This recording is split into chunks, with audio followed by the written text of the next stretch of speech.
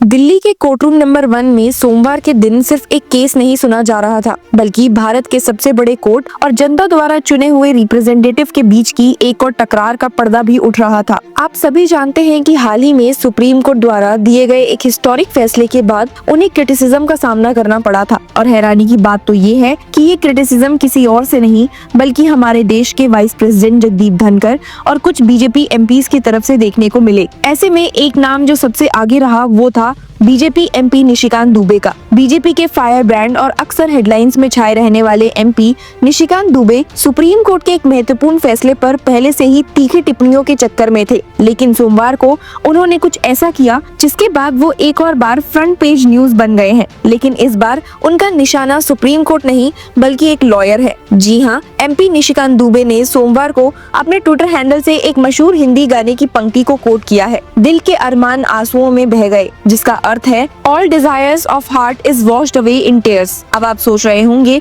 कि ये lines BJP MP ने क्यों और किसके लिए लिखी है। क्या ये बस एक नॉर्मल ट्वीट पोस्ट था या इसके पीछे भी कोई हिडन ताना था? आइए इस बात का पता इस वीडियो में लगाते हैं। दर्शकों, आपको बता दूं कि इस पूरे मामले की शुरुआत हुई जब सुप्रीम कोर्ट ने राष्ट्रपति और राज्यपाल के बिलों पर फैसले लेने की समय सीमा को तय करने का एक हिस्टोरिक जजमेंट दिया। ऑपोजिशन पार्टीज ने इस फैसले का स्वागत किया, जबकि निशिकांत दुबे ने अपनी प्रतिक्रिया में सुप्रीम कोर्ट को सीधा निशाना बनाते हुए कहा, supreme court is taking away the country towards anarchy, और ये भी कहा कि ये responsible for inciting religious Wars in the country है। इस तीखे और भड़काऊ बयानों ने तुरंत विवाद का रूप ले लिया था।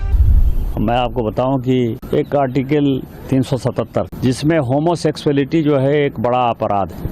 अभी ट्रम्प एडमिनिस्ट्रेशन आया है, उसने क्या कहा है? उसने कहा है कि इस दुनिया में दो ही सेक्स, या तो मेल है या तो फीमेल। ट्रांसजेंडर की उसने बात नहीं की, होमोसेक्सुअलिटी की बात नहीं की। पूरी क्रिश्चियन कम्युनिटी हो, पूरी हिंदू कम्युनिटी हो, पूरी मुस्लिम कम्युनिटी हो, पूरी बुद्ध हो, जैन हो, सिख हो, सभी ये मानते हैं कि होमोसेक्सुअलिटी एक अपराध। सुप्रीम कोर्ट ने वन फाइन मॉर्निंग कहा कि नहीं, ये केस हम एबॉलिश करते हैं, ये आर्टिकल एबॉलिश करते। हमने आईटी एक्ट बनाया। आईटी एक्ट में सबसे ज्यादा दुखी कौन है? महिलाएं हैं, महिलाओं के पौर्ण आते हैं, बच्चे हैं, बच्चे के पौर्ण आते हैं, उनकी सेक्सुअलिटी के बारे में जो है हंगामा होता है। एक दिन सुप्रीम कोर्ट खड़ा होता है, वो कहता है 66 से खत्म कर दिया हमने, आईटी एक्ट खत्म कर दिया। अभी आप समझिए, मैंने आर्टिकल 141 का बहुत बड़ा जो है अध्ययन किया है।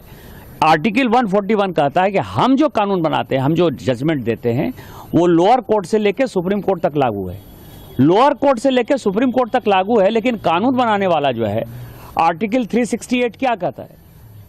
आर्टिकल 368 का इन कमेंट्स के तुरंत बाद ऑपोजिशन ने तो विरोध किया ही, लेकिन सुप्रीम कोर्ट बार एसोसिएशन जैसे कई लॉयर्स एसोसिएशन ने भी इस पर अपनी आपत्ति जताई, और तो और बीजेपी ने भी तुरंत अपना डिस्टेंस बना लिया। पार्टी अध्यक्ष जेपी नड्डा का स्पष्ट रूप से कहना था, the Bharatiya Janata Party has nothing to do with the statements made by BJP MP Nishikant Dubey, और साथ ही ये भी जोड़ा गया कि party completely reject these statements. इस सब के बीच में एडवोकेट विशाल तिवारी ने सुप्रीम कोर्ट में एक पीआईएल दाखिल करके आर्टिकल 129 के तहत दुबे के खिलाफ कंटेम्प्ट की कार्रवाई की मांग की। पिटीशन में कहा गया था कि दुबे का बयान वेरी प्रोवोकेटिव, हेटफुल एंड स्कैंडलाइजिंग है। आर्टिकल 129 के तहत सुप्रीम कोर्ट अपने खिलाफ अवमानना करने वाले लोगों को दंडित कर सकता है। जब मामला चीफ जस्टिस संजीव खन्ना की बेंच के सामने आया तो विशाल तिवारी ने कोर्ट से अपील की that the dignity of the institution has to be protected, लेकिन चीफ जस्टिस खन्ना ने मुस्कुराते हुए कहा, our shoulders are broad enough, और कोर्ट ने स्पष्ट किया कि ये प्ली एंटरटेन नहीं की जाएगी। बेंच का कहना था that we will be passing a short order, we will give some reasons,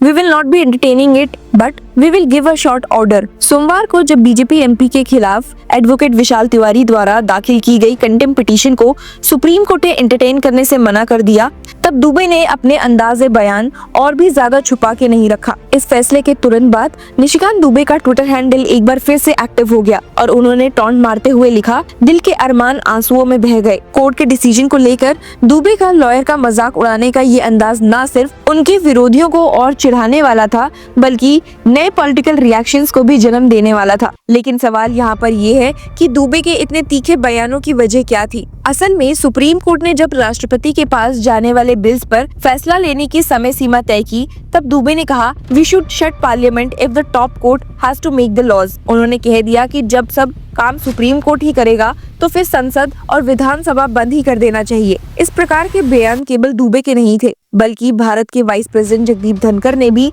इसी फैसले पर कड़ी असहमति जताते हुए न्यायपालिका पर प्रश्न उठाए थे। लेकिन जब एक बीजेपी एमपी और वो भी बार बार मीडिया में छाए रहने वाले निशिकांत दुबे इस प्रकार सुप्रीम कोर्ट को सीधे रूप से टारगेट करते हैं तो बात सिर्फ सियासत तक सीमित नहीं रहती, न्यायपालिका और विधान पालिका के रिश्तों पर भी इसके प्रश्न चिन्ह लगते हैं। कांग्रेस के प्रभारी जयराम रमेश ने दुबे और धनखड़ दोनों को प्रहार करते हुए कहा कि ये लोग और बीजेपी के एमपीज सुप्रीम कोर्ट को कमजोर करने के इरादे से ऐसी बातें कह रहे हैं। सुप्रीम कोर्ट के जज बी.आर. गवई ने भी जब वेस्ट बंगाल के एंटी वक्फ प्रोटेस्ट के दौरान हिंसा पर दाखिल पिटीशन सुन रहे थे तब अपने विचार व्यक्त किए। उन्होंने कहा, as it is we are alleged of encroaching upon the parliamentary and executive functions, यानी कि वो भी समझ रहे थे कि जुडिशियल एक्टिविज्म पर सवाल उठाए जा रहे हैं। इस पूरे मामले ने सुप्रीम कोर्ट के एक महत्वपूर्ण जजमेंट को लेकर संसद के कुछ हिस्सों और जुडिशरी के बीच की लेटेंट टेंशंस को और फिर उजागर कर दिया है। लेकिन जितना न्यायिक पहलू महत्वपूर्ण था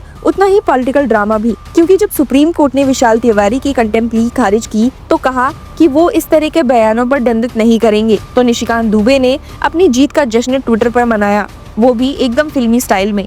जब दुबे ने दिल के अरमान आंसू में बह गए लिखा तो उनका इशारा विशाल तिवारी की आशाओं पर था, लेकिन दरअसल ये लाइन पूरे लीगल और पॉलिटिकल नैरेटिव का एक सिंबॉलिक टॉन्ट बन गई है। ऑपोजिशन लॉयर्स ने इस पर तुरंत कड़ी प्रतिक्रिया दी, जबकि बीजेपी ने एक बार फिर साफ कर दिया कि पार्टी का इन व्यक्तिगत बयानों से कोई लेना देना नहीं है। इस मामले ने एक और बार दिखाया कि कैसे भारत की डेमोक्रेसी में जुडिशरी और लेजिस्लेचर के बीच का बैलेंस लगातार टेस्ट हो रहा है। निशिकांत दुबे जैसे एमपीज का फायर ब्रांड स्टाइल एक तरफ कोर्टरूम की मर्यादा की सीमाओं को चुनौती देता है तो दूसरी तरफ सुप्रीम कोर्ट जैसी संस्था के जज भी इस बात को समझते हैं कि डेमोक्रेसी में हर किसी का अपना रोल है। लेकिन जो बात सबसे ज्यादा चुभने वाली रही वो थी चीफ जस्टिस खन्ना की वो मुस्कुराहट भरी line, that our shoulders are broad enough. इसका मतलब था कि कोर्ट छोटी मोटी टिप्पणियों से अपने अस्तित्व को चोट नहीं लगने देगा। और जब कोर्ट ने विशाल तिवारी की पिटीशन एंटरटेन करने से मना किया तो एक प्रश्न भी छोड़ा कि क्या जुडिशरी सच में पॉलिटिकल टॉन्ट्स को इग्नोर करके अपनी डिग्निटी को और बड़ा कर रही है या इससे एमपीज को और ज्यादा बोलने की छूट मिल रही है। हालांकि